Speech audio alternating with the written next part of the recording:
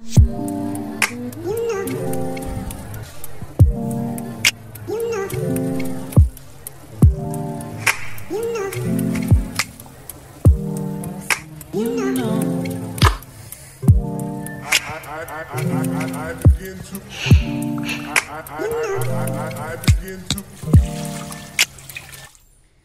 all, welcome back to Nandini Avinash Kannada Vlogs. Yes friends,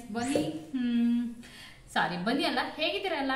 I hope ಎಲ್ಲ ಚೆನ್ನಾಗಿದ್ದೀರಾ ಅನ್ಕೊಳ್ತೀನಿ. ಬನ್ನಿ ಇವತ್ತಿನ ವಿಡಿಯೋನ ಸ್ಟಾರ್ಟ್ ಮಾಡೋಣಂತೆ. ಸೊ ಈಗ ಮಧ್ಯಾಹ್ನ ಅಡುಗೆ ಮಾಡಬೇಕು. ಇವತ್ತು ಕಂಪ್ಲೀಟ್ ಕುಕಿಂಗ್ ವಿಡಿಯೋನೇ ಇರುತ್ತೆ ಅಂತ ಅನ್ಕೊಳ್ತೀನಿ. ಸೊ ಇವತ್ತು ತುಂಬ ದಿವಸಗಳ ನಂತರ ಫಿಶ್ ಮಾಡ್ತಾ ಇದ್ದೀನಿ. ಆಲ್ಮೋಸ್ಟ್ 6 months ಆಯಿತು ಅಂತ ಅನಿಸುತ್ತೆ. ನಾವು ಈ ಮನೆಗೆ ಬಂದಾಗಿಂದ ಫಿಶ್ ಮಾಡೇ ಇರಲಿಲ್ಲ, ತಂದು ಇರಲಿಲ್ಲ. ತಿಂದಿದ್ವಿ ಅನ್ಸುತ್ತೆ ಮೇ ಬಿ. ಇದು ಉಡುಪಿಗೆ ಹೋಗಿದ್ವಲ್ಲ, ಅವಾಗ ತಿಂದಿದ್ದೆ ಅಷ್ಟೇ. ಸೊ ಈಗ ಫಿಶ್ ತರಿಸಿದ್ದೀನಿ ಅಲ್ಲ, ನನ್ನ ಹಸ್ಬೆಂಡ್ ಫಿಶ್ ತಗೊಂಡು ಬರ್ತೀನಿ ಇವತ್ತು ಫಿಶ್ ಮಾಡಂತ ಹೇಳಿದ್ರು. ಸೊ ಫಿಶ್ ಬೆಳಗ್ಗೆನೇ ತರೋಣ ಅಂತ ಹೋದ್ವಿ. ಈ ಏರಿಯಾ ಹತ್ರ ಎಲ್ಲಿ ಫಿಶ್ ಚೆನ್ನಾಗಿ ಸಿಗುತ್ತೆ ಅಂತ ನಂಗಂತೂ ಖಂಡಿತ ಗೊತ್ತಿಲ್ಲ. ನಾವು ಯಾವಾಗ್ಲೂ ಗಾಂಧಿ ಬಜಾರಲ್ಲಿ ಅಲ್ಲಿ ಫಿಶ್ ಮಾರ್ಕೆಟ್ ಇದೆ ಅಲ್ಲ ಮನೆ ಹತ್ರ. ಸೊ ಅಲ್ಲಿ ಹೋಗಿ ತಂದ್ಬಿಡ್ತಿದ್ವಿ. ಟಕ್ ಅಂತ ತಂದ್ಬಿಡ್ತಿದ್ವಿ ಎಷ್ಟೊತ್ತಿಗೆ ಬೇಕಂದ್ರು. ಬಟ್ ಇಲ್ಲಿ ಯಾವಾಗಿರುತ್ತೆ ಅಂದ್ರೆ ಸಂಡೇಸ್ ಎಲ್ಲ ಸ್ವಲ್ಪ ಇಲ್ಲಿ ಹತ್ರದಲ್ಲಿ ಇಟ್ಟಿರ್ತಾರೆ ಆಲ್ಪುಳ ಸರ್ಕಲ್ ಅಲ್ಲಿ. ಈ ವೀಕ್ ಡೇಸ್ ಅಲ್ಲಂತೂ ಸಿಗಲ್ಲ. ಹೋಗಿ ನೋಡಿದ್ವಿ, ಸಿಗ್ಲಿಲ್ಲ. ಸೊ ನಾನು ಅದಕ್ಕೆ ನಮ್ಮ ಮನೆಯವರಿಗೆ ಗಾಂಧಿ ಬಜಾರ್ಗೆ ಹೋಗ್ಬಿಟ್ಟು ತಗೊಳ್ರಿ, ಬರ್ತಾ ತಗೊಂಬರ್ವಿ ಅಂತ ಹೇಳಿದ್ದೆ. ಬಟ್ ನನ್ನ ಹಸ್ಬೆಂಡ್ ಇದ್ದಾರಲ್ಲ ಮಿಸ್ಟರ್ ಪರ್ಫೆಕ್ಟ್, ಸೊ ಅಲ್ಲಿ ತನಕ ಎಲ್ಲ ವೆಯ್ಟ್ ಮಾಡಲ್ಲ. ವಾಪಸ್ ಮತ್ತೆ ಗಾಂಧಿ ಬಜಾರ್ಗೆ ಹೋಗಿ ಫಿಶ್ ತಗೊಂಡು ಏನೇನು ಬೇಕೆಲ್ಲ ತಗೊಂಡು ಬಂದು ಕೊಟ್ಟು ಮತ್ತೆ ಹೋದ್ರು. ನಾನು 2:30ಗೆ ಬರ್ತೀನಿ, ಸೊ ಅಡುಗೆ ರೆಡಿ ಇರು ಅಂತ ಅಂದ್ಬಿಟ್ಟು. So sweet. ಸೊ ಅವ್ರಿಗೆಲ್ಲನೂ ಪರ್ಫೆಕ್ಟಾಗಿ ಆಗ್ಬಿಡ್ಬೇಕು. ಹಾಗೆಲ್ಲ ವೆಯ್ಟ್ ಮಾಡಿಸೋದು ಅದೆಲ್ಲ ಸೀನೇ ಇಲ್ಲ. ಎಲ್ಲದ್ರಲ್ಲೂ ಪರ್ಫೆಕ್ಷನ್ನು. ಸೊ ತರಬೇಕಂದ್ರೆ ತಂದ್ಬಿಡ್ಬೇಕು, ಎಷ್ಟಾದ್ರೂ ಕಷ್ಟ ಆಗಲಿ ಇರಲಿ ಬಿಡು ಅಂತಾರೆ ಹಾಗೆ. So sweet. ಸೊ ಅವ್ರ ಕಡೆಯಿಂದ ನಾನು ಸ್ವಲ್ಪ ಕಲ್ತೀನಿ.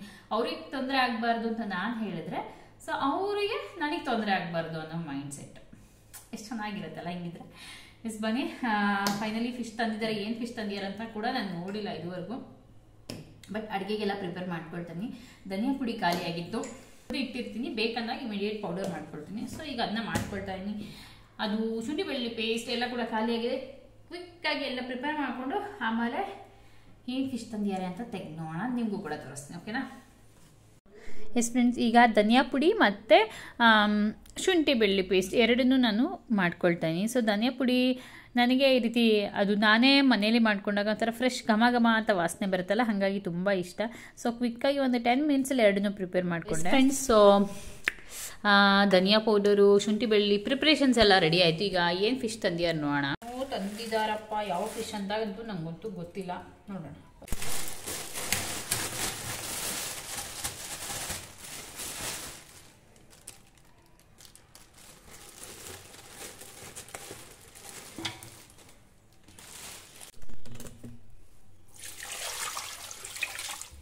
ಫ್ರೆಂಡ್ಸ್, ಫೈನಲಿ ಚೆನ್ನಾಗಿ ಫಿಶ್ ತೊಳೆದೀನಿ. ಒಂದು 7ರಿಂದ 8 ಸರಿ ತೊಳೆದೀನಿ ಅಂತಲೇ ಹೇಳ್ಬೋದು.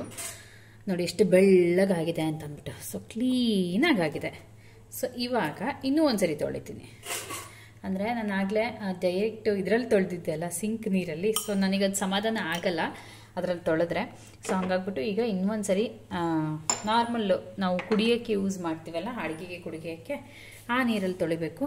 ಅದಕ್ಕೆ ಮುಂಚೆ ಒಂದ್ಸರಿ ಉಪ್ಪು ಮತ್ತು ಅರಿಶಿನ ಪುಡಿ ಹಾಕಿ ಚೆನ್ನಾಗೆ ತೊಳೆದ್ಬಿಡ್ತೀನಿ.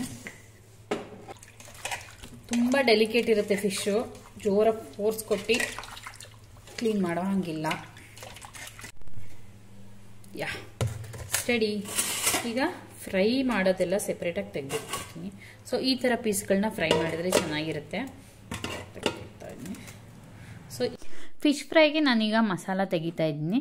ಎಸ್ ಫ್ರೆಂಡ್ಸ್, ಸೊ ನಾನು ಕೆಲವೊಮ್ಮೆ ರುಬ್ಬಿ ಮಾಡ್ತೀನಿ, ಇನ್ನು ಕೆಲವೊಮ್ಮೆ ಹೀಗೆ ಪುಡಿಗಳನ್ನ ಹಾಕಿ ಮಾಡ್ತೀನಿ. ಸೊ ನನಗಿದು ಈಸಿ ಅನಿಸುತ್ತೆ, ಹಾಗೆ ಟೇಸ್ಟ್ ವೈಸು ಕೂಡ ಇದೆ, ಚೆನ್ನಾಗಿರುತ್ತೆ ಅಂತ ನನ್ನ ಫೀಲಿಂಗು. ಸೊ ಏನೇನು ಹಾಕ್ತಿದ್ದೀನಿ ಅಂದರೆ, ಖಾರದ ಪುಡಿ ನಾನು 3 ಟೇಬಲ್ ಸ್ಪೂನ್ ಅಷ್ಟು ಹಾಕಿದ್ದೀನಿ.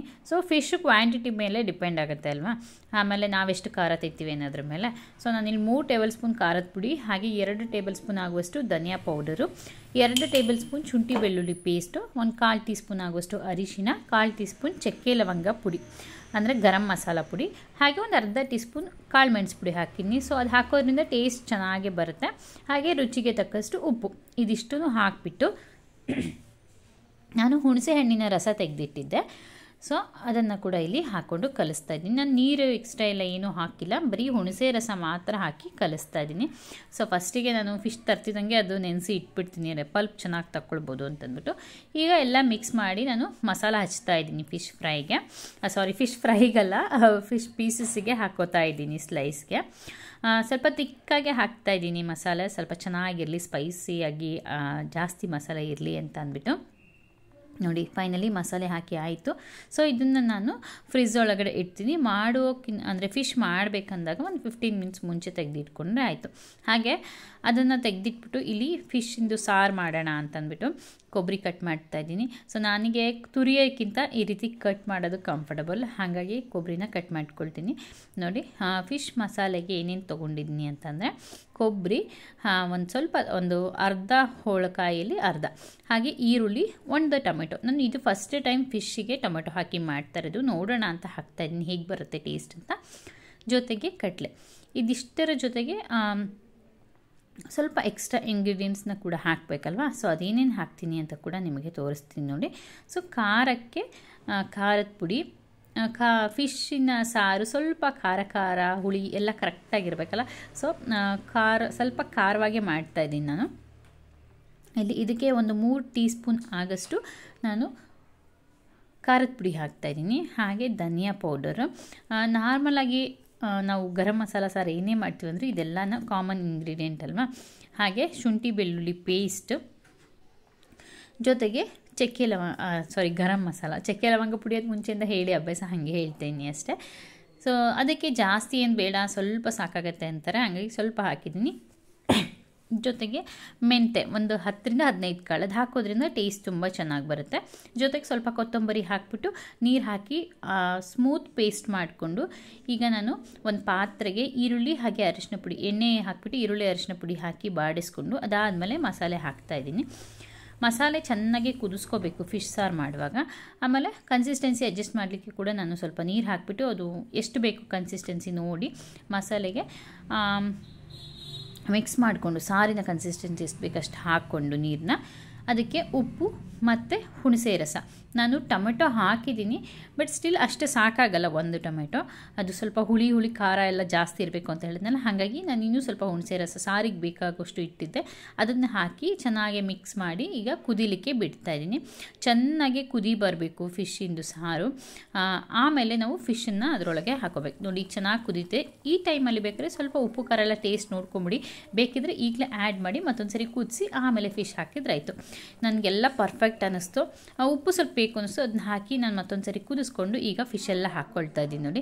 ಎಸ್ ಫ್ರೆಂಡ್ಸ್, ಸೊ ಸಾಂಬಾರು ಆಯಿತು, ಆಮೇಲೆ ಫ್ರೈಗೆ ರೆಡಿ ಆಗಿದೆ. ನನ್ನ ಹಸ್ಬೆಂಡ್ ಬರೋ ಟೈಮಿಗೆ ಕರೆಕ್ಟಾಗಿ ಫ್ರೈ ಮಾಡಿದ್ರೆ ಆಯಿತು. ಇಬ್ಬರು ಸೇರಿ ಒಳ್ಳೆ ಊಟ ಮಾಡೋದು. ಅದಕ್ಕೆ ಮುಂಚೆ ನಾನು ಅದೇ ಸ್ವಲ್ಪ ಈ ಫಿಶ್ ಕಟ್ ಮಾಡಿದಾಗ ಈ ಸೈಡ್ ಇರುತ್ತಲ್ಲ, ಹೊಟ್ಟೆ ಪಡ್ಬಿಟ್ಟು ಸೈಡಿನ ಪೋರ್ಷನ್ ಇರುತ್ತಲ್ಲ ಈ ಥರ, ಸೊ ಇದು ನಮ್ಗೆ ಅಷ್ಟು ಇಷ್ಟ ಆಗಲ್ಲ ತಿನ್ನೋಕ್ಕೆ. ಯಾಕಂದರೆ ನಾವೇನು ತುಂಬ ಫಿಶ್ ತಿಂದು ರೂಢಿ ಇಲ್ಲ, ಬಟ್ ಇತ್ತೀಚೆಗೆ ಅದು ಅಭ್ಯಾಸ ಮಾಡ್ಕೊಂಡಿರೋದು. ಸೊ ಅದನ್ನು ನಾನು ಬೇಕ್ ಮಾಡೋಣ ಅಂತ ಎತ್ತಿಟ್ಟಿದ್ದೀನಿ. ಸೊ ಇದು ಮಸಾಲ, ನಾನು ಫಿಶ್ ಫ್ರೈಗೆ ಏನು ಮಸಾಲ ಮಾಡ್ಕೊಂಡಲ್ಲ, ಸೊ ಅದೇ ಥರನೇ ಇದಕ್ಕೂ ಒಂದು ಸ್ವಲ್ಪ ಮಾಡಿಕೊಂಡೆ. ಸೊ ಈಗ ಮಸಾಲೆ ಹಚ್ಚಿಟ್ಬಿಡ್ತೀನಿ. ಸ್ವಲ್ಪ ಹೆಂಗೆ ಮಾಡ್ತೀನಿ ಅಂತಂದ್ಬಿಟ್ಟು ತೋರಿಸ್ತೀನಿ. S friends, so baking ready ಮಾಡ್ಕೊಬೇಕು ಅನ್ನಲ್ಲ, ಸೊ ಬಾಳೆ ಎಲೆ ಇಟ್ಟು ಬೇಕ್ ಮಾಡೋಣ ಅಂತ. ಬಾಳೆ ಎಲೆ ಬೇಕಿಂಗ್ ಅಂತಲೇ ಅಲ್ಲ, ನಾನು ಫಿಶ್ ತರಿಸ್ದಾಗೆಲ್ಲ ತರಿಸ್ತೀನಿ. ಏಕೆ ಅಂತಂದರೆ ಅದು ತುಂಬ ಸ್ಮೆಲ್ ಬರುತ್ತೆ, ಆಮೇಲೆ ಎಣ್ಣೆ ಜಿಡ್ಡೆಲ್ಲ ಆಗುತ್ತಲ್ಲ. ಸೊ ಎಣ್ಣೆ ಜಿಡ್ಡು ಕಮ್ಮಿ ಆಗುತ್ತೆ, ಪಾತ್ರೆ ತೊಳೆಯೋ ಕೆಲಸ ನನಗೆ ಫುಲ್ ಫ್ರೀ ಆಗುತ್ತೆ ಅಂತ. ಜೊತೆಗೆ ಸ್ಮೆಲ್ ಕೂಡ ಅವಾಯ್ಡ್ ಆಗುತ್ತೆ ಅನ್ನೋ ಕಾರಣಕ್ಕೆ ನಾವು ತಿಂದಿರೋ ಪ್ಲೇಟ್ ಎಲ್ಲ ಸ್ಮೆಲ್ ಬರೋಕ್ಕೆ ಶುರುವಾಗ್ಬಿಡುತ್ತೆ. ಸೊ ಅದಕ್ಕೋಸ್ಕರನೇ ನಾನು ಫಿಶ್ ತರಿಸ್ದಾಗೆಲ್ಲ ಬಾಳೆ ಎಲೆ ತರಿಸಿರ್ತೀನಿ. ಸೊ ಇವಾಗ ಬೇಕ್ ಮಾಡೋಕ್ಕೂ ಆಗುತ್ತೆ. ಬಾಳೆ ಎಲೆಯಲ್ಲಿ ಅದನ್ನ ಕಟ್ಬಿಟ್ಟು ಬೇಕ್ ಮಾಡೋಣ. ಬಾಳೆ ಎಲೆ ಎಲ್ಲ ನಾನು ಒಂದ್ಸರಿ ಚೆನ್ನಾಗಿ ತೊಳ್ಕೊಂಡ್ಬಿಟ್ಟು ಟಿಶ್ಯೂ ಪೇಪರ್ನಲ್ಲಿ ಒರೆಸ್ಕೊಳ್ತಾ ಇದ್ದೀನಿ. ಅದರಲ್ಲಿರೋ ಸಣ್ಣ ಸಣ್ಣ ಡಸ್ಟ್ ಏನಾರ ಇದ್ದರೆ ಅಂತ ಅಷ್ಟೇ. ಒಂದ್ಸರಿ ನೀಟಾಗಿ ತೊಳ್ದಿದ್ದೀನಿ, ಆಮೇಲೆ ಈ ರೀತಿ ಬಾಡಿಸ್ಕೊಳ್ತಾ ಇದ್ದೀನಿ. ಯಾಕಂದರೆ ಅದು ಕಟ್ಟುವಾಗ ಕಟ್ಟಾಗಬಾರ್ದು ಎಲೆ ಅಂತಂದ್ಬಿಟ್ಟು ಈ ರೀತಿ ಸ್ವಲ್ಪ ಬೆಚ್ಚಗೆ ಮಾಡಿಕೊಂಡ್ರೆ ಎಲೆ ಕಟ್ಟಾಗಲ್ಲ, ಫ್ಲೆಕ್ಸಿಬಲ್ ಆಗಿರುತ್ತೆ ಅಂತಂದ್ಬಿಟ್ಟು. ಆ್ಯಂಡ್ ಇಲ್ಲಿ ಫಿಶ್ಶಿಗೆ ಏನಂತಂದರೆ ಮಸಾಲ ಹಚ್ಚಿ ಮ್ಯಾರಿನೇಟ್ ಮಾಡಿ ಇಟ್ಟಿದ್ನಲ್ಲ ಅದಕ್ಕೆ ಸ್ವಲ್ಪ ಮಸಾಲ ರೆಡಿ ಮಾಡ್ತಾಯಿನಿ. ಸೊ ಒಂದು ಬಾಣಲೆಯಲ್ಲಿ ಈರುಳ್ಳಿ ಅರಿಶಿನ ಪುಡಿ ಹಾಕಿ ಮಿಕ್ಸ್ ಮಾಡ್ತಾಯಿನಿ. ಈರುಳ್ಳಿನ ತುಂಬ ಹೊತ್ತು ಬೇಯಿಸ್ಬೇಕಂತ ಏನಿಲ್ಲ, ಯಾಕಂದರೆ ನಾವು ಮತ್ತೆ ಬೇಕ್ ಮಾಡುವಾಗ ಇಡ್ತೀವಲ್ಲ ಆವಾಗೂ ಕೂಡ ಚೆನ್ನಾಗದು ಬೆಂದ್ಕೊಳ್ಳುತ್ತೆ. ಜಸ್ಟ್ ನಾನು ಮಿಕ್ಸ್ ಮಾಡಿದ್ದೀನಿ ಅಷ್ಟೇ. ಅದಾದಮೇಲೆ ನಾನು ಮ್ಯಾರಿನೇಟ್ ಮಾಡಿ ಇಟ್ಟಂತಹ ಫಿಶನ್ನು ಅದಕ್ಕೆ ಹಾಕ್ಕೊಳ್ತಾ ಇದ್ದೀನಿ. ಇದನ್ನು ನಾನು ಈ ರೀತಿ ಹುರ್ಕೊಳ್ಳೋದಕ್ಕೆ ಕಾರಣ ಏನು ಅಂದರೆ ಆ ಮಸಾಲೆ ಸ್ವಲ್ಪ ಎಣ್ಣೆಯಲ್ಲಿ ಫ್ರೈ ಆಗಲಿ ಅಂತ ಅಂದ್ಬಿಟ್ಟು ಅಷ್ಟೇ. ತುಂಬ ಹೊತ್ತೇನು ಬಿಟ್ಟು ಬೇಯಿಸ್ಬೇಕಂತ ಏನಿಲ್ಲ, ಅದಿಲ್ಲೇ ಬೆಂದೋಗ್ಬಿಡುತ್ತೆ ತುಂಬ ಹೊತ್ತು ಬಿಟ್ಟರೆ. ಸೊ ಹಾಗಾಗಿ ಜಸ್ಟ್ ಒಂಚೂರು ಮಸಾಲೆ ಫ್ರೈ ಆಗೋ ತನಕ ಜಸ್ಟ್ 1 ಮಿನಿಟ್ 1 ಆರ್ 2 ಮಿನಿಟ್ಸ್ ಆದರೆ ಸಾಕಾಗುತ್ತೆ. ಆ ಮಸಾಲೆ ಎಲ್ಲನೂ ಕಂಪ್ಲೀಟ್ ಹಾಕ್ತಾಯಿದ್ದೀನಿ, ನೀರೇನು ಹಾಕ್ತಾಯಿಲ್ಲ. ಜಸ್ಟ್ ಆ ಮಸಾಲೆಯಲ್ಲಿ ಎಷ್ಟು ನೀರಿನ ಕಂಟೆಂಟ್ ಇದೆ ಅಷ್ಟೇ ಸಾಕು ಅಂತ. ಜೊತೆಗೆ ಸ್ವಲ್ಪ ಕೊತ್ತಂಬರಿ ಸೊಪ್ಪು ಹಾಕ್ಬಿಟ್ಟು 1 ನಿಮಿಷ 1.5 ನಿಮಿಷ ಬಿಟ್ಟರೆ ಮಸಾಲೆ ಚೆನ್ನಾಗಿ ಫ್ರೈ ಆಗಿದೆ ನೋಡಿ. ಸೊ ಇಷ್ಟು ಮಾಡೋ ಹೊತ್ತಿಗೆ ನನ್ನ ಹಸ್ಬೆಂಡ್ ಬಂದುಬಿಟ್ರು. ಸೊ ಹಾಗಾಗಿ ಫಿಶ್ ಫ್ರೈ ಮಾಡೋಕ್ಕೆ ಇಡೋಣ ಅಂತಂದ್ಬಿಟ್ಟು ಒಂದು ಪ್ಯಾನಲ್ಲಿ ಸ್ವಲ್ಪ ಎಣ್ಣೆ ಹಾಕಿದ್ದೀನಿ. ಶಾಲೋ ಫ್ರೈ ಥರ ಮಾಡಬೇಕು. ಆಮೇಲೆ ನಾನು ಫಿಶ್ ಫ್ರೈ ಮಾಡುವಾಗ ಕಾರ್ನ್ಫ್ಲೋರಲ್ಲಿ ಡಿಪ್ ಮಾಡಿ ಈ ರೀತಿ ಫ್ರೈ ಮಾಡೋಕ್ಕೆ ಹಾಕ್ತೀನಿ. ಕಾರ್ನ್ಫ್ಲೋರ್ ಇಲ್ಲಾಂದರೆ ಮೈದಾ ಹಿಟ್ಟಿಗಿಂತ ಅಕ್ಕಿ ಹಿಟ್ಟು ಬೆಸ್ಟ್. ಅಕ್ಕಿ ಹಿಟ್ಟು ಹಾಕ್ಬಿಟ್ಟು ಫ್ರೈ ಮಾಡ್ಬೋದು, ಚೆನ್ನಾಗಿ ಬರುತ್ತೆ ಕೋಟಿಂಗ್ ಅಂತಂದ್ಬಿಟ್ಟು. ಸೊ ಇಲ್ಲಿ ಒಂದು ಕಡೆ ನಾನು ಫಿಶ್ನ ಫ್ರೈಗೆ ಹಾಕ್ಬಿಟ್ಟು ಆಮೇಲೆ ಇದು ಬೇಕಿಂಗಿಂದು ಕಂಟಿನ್ಯೂ ಮಾಡ್ತಾಯಿದ್ದೀನಿ ನೋಡಿ. ಈ ರೀತಿ ಬಾಳೆ ಎಲೆ ಮೇಲೆ ಆ ಫಿಶ್ ಪೀಸಸ್ನ ಹಾಕ್ಕೊಂಡು ಜೊತೆಗೆ ಮಸಾಲ ಮೇಲಿಂದ ಹಾಕ್ಬಿಟ್ಟು ಅದನ್ನೆಲ್ಲ ನೀಟಾಗಿ ವ್ರ್ಯಾಪ್ ಮಾಡಬೇಕು ಬಾಳೆ ಎಲೆಯಿಂದ. ಸೊ 1 ಪೀಸ್ ಅಥವಾ 2 ಪೀಸ್ ಎಷ್ಟಾದರೂ ತೊಗೋಬೋದು ಎಲೆ, ಬಟ್ ನೀಟಾಗಿ ಅದು ಕವರ್ ಆದರೆ ಸಾಕು. ನಾನು ಮಾಡುವಾಗ ಒಂದು ಕರೆಕ್ಟಾಗಿ ಶೇಪ್ ಬಂತು, ಇನ್ನೊಂದು ಸೆಕೆಂಡ್ ಒಂದು ಮಾಡುವಾಗ ಸ್ವಲ್ಪ ಗಡಿ ಬಿಡಿ ಮಾಡಿಬಿಟ್ಟೆ, ಹಾಗಾಗಿ ಅದಷ್ಟು ನೀಟಾಗಿ ಕವರ್ ಮಾಡ್ಲಿಕ್ಕೆ ಆಗಲಿಲ್ಲ. ಸೊ ಇಟ್ಸ್ ಓಕೆ, ಏನಾಗಲ್ಲ, ಹಿಂಗೂ ಒಟ್ಟು ಲೀಕ್ ಆಗದೆ ಹೋದರೆ ಸಾಕಲ್ಲ ಮಸಾಲೆ ಅಂತಂದ್ಬಿಟ್ಟು ನಾನು ರೆಡಿ ಮಾಡಿ ಅವನಲ್ಲಿ ಇಟ್ಬಿಟ್ಟು 5 ಮಿನಿಟ್ಸ್ ಬೇಕ್ ಮಾಡಿದ್ದೀನಿ ಅಷ್ಟೇ. ಯಾಕಂದರೆ ಒಂದು ಸರಿ ಆಲ್ರೆಡಿ 1-2 ಮಿನಿಟ್ಸ್ ಆಗಿತ್ತಲ್ಲ, 1.5-2 ಮಿನಿಟ್ಸ್ ಆಗೋಯ್ತದು. ಸೊ ಹಾಗಾಗಿ ಒಂದು 5 ಮಿನಿಟ್ಸ್ ನಾನು ಬೇಕ್ ಮಾಡೋಕ್ಕೆ ಇಟ್ಕೊಂಡು ಈ ಕಡೆ ಫಿಶ್ ಫ್ರೈ ಹೇಗಾಗಿದೆ ಅಂತ ನೋಡ್ತಾ ಇದ್ದೀನಿ. ಸೊ ಫಿಶ್ ಫ್ರೈ ಅಂತೂ ಚೆನ್ನಾಗಿ ಆಗಿತ್ತು, ಟೇಸ್ಟ್ ವೈಸ್ ಕೂಡ ಸೂಪರಾಗಿ ಬಂದಿದೆ. ಸೊ ನೋಡಿ ಕಲರ್ ಹೆಂಗಿದೆ ಅಂತ. ನನಗೆ ಇಷ್ಟು ಕಲರ್ ಇದ್ದರೆ ಸಾಕು, ಬಟ್ ನನ್ನ ಹಸ್ಬೆಂಡ್ಗೆ ಇನ್ನೂ ಡಾರ್ಕ್ ಬೇಕು. ಈ ಹೋಟೆಲ್ನೆಲ್ಲ ಸ್ವಲ್ಪ ಬ್ಲ್ಯಾಕಿಶ್ ಕೊಡ್ತಾರಲ್ಲ ಆ ಥರ, ಅದಕ್ಕೋಸ್ಕರ ಮಾಡ್ತಾಯಿನಿ. ಸೊ ಮೀನ್ ವೈಲ್ ಏನು ಮಾಡಿದೆ ಅಂದರೆ ಒಂದು ಸಣ್ಣ ಗ್ಯಾಪಲ್ಲಿ ಈರುಳ್ಳಿ ಮತ್ತು ಸೌತೆಕಾಯಿ ಅದೆಲ್ಲ ಕಟ್ ಮಾಡಿ ಇಟ್ಕೊಂಡೆ. ಅದೆಲ್ಲ ಇದ್ರೇ ಇದೆಲ್ಲ ತಿನ್ನೋಕ್ಕೆ ಚೆನ್ನಾಗಿರುತ್ತೆ, ಬರೀ ತಿಂತೀವಿ ಅಂದರೆ ಅಷ್ಟು ಚೆನ್ನಾಗಿರಲ್ಲ. ಆ್ಯಂಡ್ ಫೈನಲಿ ಫಿಶ್ ಫ್ರೈ ಕೂಡ ಬಿಸಿ ಬಿಸಿಯಾಗಿ ರೆಡಿ ಆಯಿತು ನೋಡಿ ಹೆಂಗಿದೆ ಅಂತಂದ್ಬಿಟ್ಟು. ಸಖತ್ತು ಎಮಿ ಟೇಸ್ಟಿ ಅಲ್ವಾ. ಜೊತೆಗೆ ಅಷ್ಟೆಲ್ಲ ಮುಗಿಸ್ಕೊಳ್ಳೋ ಹೊತ್ತಿಗೆ ಈ ಕಡೆ ಬೇಕಿಂಗ್ ಕೂಡ ಕಂಪ್ಲೀಟ್ ಆಯಿತು. ಸೊ ನಾನು ನನ್ನ ಹಸ್ಬೆಂಡು ಈಗ ಎಂಜಾಯ್ ಮಾಡ್ತಾ ಇದ್ದೀವಿ. ಇದೆಲ್ಲ ತಿಂತಾಯಿದ್ರೆ ನಮಗೆ ಊಟನೇ ಬೇಡ ಅನಿಸುತ್ತೆ, ಅನ್ನ ಸಾಂಬಾರೆಲ್ಲ ತಿನ್ನೋಕ್ಕೆ ಇಷ್ಟ ಆಗೋಲ್ಲ, ಬರೀ ಇದನ್ನೇ ತಿನ್ಕೊಂಡ್ಬಿಡ್ತೀವಿ. ಸೊ ಇಬ್ಬರು ತಿಂತಿದ್ವಿ. ಆ್ಯಂಡ್ ಫಸ್ಟ್ ಬೇಕಿಂಗಿಂದು ನಾನು ಮುಂಚೆ ಕೂಡ ಮಾಡಿದ್ದೆ, ಬಟ್ ತವಾದಲ್ಲಿ ಮಾಡಿದ್ದೆ, ಅವಾಗ ಇರಲಿಲ್ಲ ಆವಾಗ ನಮ್ಮ ಹತ್ರ, ಆವಾಗೂ ಚೆನ್ನಾಗಾಗಿತ್ತು. ಸೊ ಇವತ್ತು ಕೂಡ ಟೇಸ್ಟ್ ತುಂಬಾ ಚೆನ್ನಾಗಿ ಬಂತು. ಸೊ ನಾನು ನನ್ನ ಹಸ್ಬೆಂಡು ಫಸ್ಟ್ ಟೇಸ್ಟ್ ನೋಡ್ತಾ ಇದ್ವಿ. ನಿಂಬೆಹಣ್ಣು ಹಾಕೊಂಡ್ರೆ ಅದೆಲ್ಲ ಫಿಶ್ ಎಲ್ಲ ಚೆನ್ನಾಗಿರೋದು. ಸೊ ನಿಂಬೆಹಣ್ಣು ಹಾಕ್ಕೊಂಡು ಟೇಸ್ಟ್ ಮಾಡ್ತಾಯಿದ್ವಿ, ಸೂಪರಾಗಿತ್ತು. ಸೊ ಒಳ್ಳೆ ಮೀನು ಊಟ ಆಯಿತು ಅಂತ ಹೇಳ್ಬೋದು. ಜೊತೆಗೆ ನಾನು ಇಲ್ಲಿ ಸಾರಿಂದು ಊಟ ಮಾಡಿದ ವಿಡಿಯೋ ತೋರಿಸಿಲ್ಲ, ಯಾಕಂದರೆ ಊಟ ಮಾಡುವಾಗೆಲ್ಲ ಅಷ್ಟು ನಮ್ಮ ಹಸ್ಬೆಂಡ್ ಕಂಫರ್ಟಬಲ್ ಫೀಲ್ ಮಾಡಲ್ಲ. ನೆಮ್ಮದಿಯಾಗಿ ಊಟ ಮಾಡೋದು, ನೀನು ಅದನ್ನು ವಿಡಿಯೋ ಮಾಡಿಬಿಡ ಅಂತ ಅಂತಿರ್ತಾರೆ. ಹಾಗಾಗಿ ಸ್ವಲ್ಪ ಮಾತ್ರ ಕ್ಲಿಪ್ಪಿಂಗ್ನ ನಾನು ತೊಗೊಂಡಿದ್ದೀನಿ ಅಷ್ಟೇ. ಬಿಸಿ ಬಿಸಿಯಾಗಿ ನಾನೇ ಮಾಡಿದ್ದು ಫಿಶ್ ಫ್ರೈ ಕೂಡ ಟೇಸ್ಟ್ ಆಗಿತ್ತು, ಆ್ಯಂಡ್ ಬೇಕ್ ಮಾಡಿದ್ದು ಕೂಡ ತುಂಬಾ ರುಚಿ ಇತ್ತು. ಆ್ಯಂಡ್ ಮತ್ತು ಸಾರು ಕೂಡ ಸಖತ್ತು ರುಚಿಯಾಗಿ ಬಂದಿತ್ತು ಇವತ್ತು ಸಾರು. ಆ್ಯಕ್ಚುಲಿ ಟೊಮೆಟೊ ಹಾಕಿದ್ದಕ್ಕೆ ಎಕ್ಸ್ಟ್ರಾ ಟೇಸ್ಟ್ ಬಂತು ಅಂತ ಅಂದ್ಕೊಳ್ತೀನಿ. ಸೊ ಇನ್ಮೇಲೆ ಯಾವಾಗಲೂ ಫಿಶ್ ಸಾರು ಮಾಡುವಾಗ ಒಂದು ಟೊಮೆಟೊ ಹಾಕ್ತೀನಿ, ಓಕೆ, ಟೇಸ್ಟ್ ತುಂಬ ಚೆನ್ನಾಗಿ ಬಂತು. ಅದಕ್ಕೋಸ್ಕರ ಇಷ್ಟನ್ನ ನಾವು ತಿನ್ಕೊಂಡ್ವಿ. ಅದಾದಮೇಲೆ ಈವ್ನಿಂಗ್ ಮಕ್ಕಳಿಗೆ ಬಂದಮೇಲೆ ಇವತ್ತು ಸ್ಕೂಲಿಂದ ಬಂದ ತಕ್ಷಣ ಫಿಶ್ ಫ್ರೈ ಮಾಡ್ಕೊಳ್ಳೋಣ ಅಂತ ಅಂದ್ಕೊಂಡು ನಮ್ಮದು ಊಟ ಆಗೋ ಹೊತ್ತಿಗೆ ನಿಧಾನ ಕುತ್ಕೊಂಡು ತಿನ್ನೋ ಹೊತ್ತಿಗೆ 3:30 ಆಯಿತು.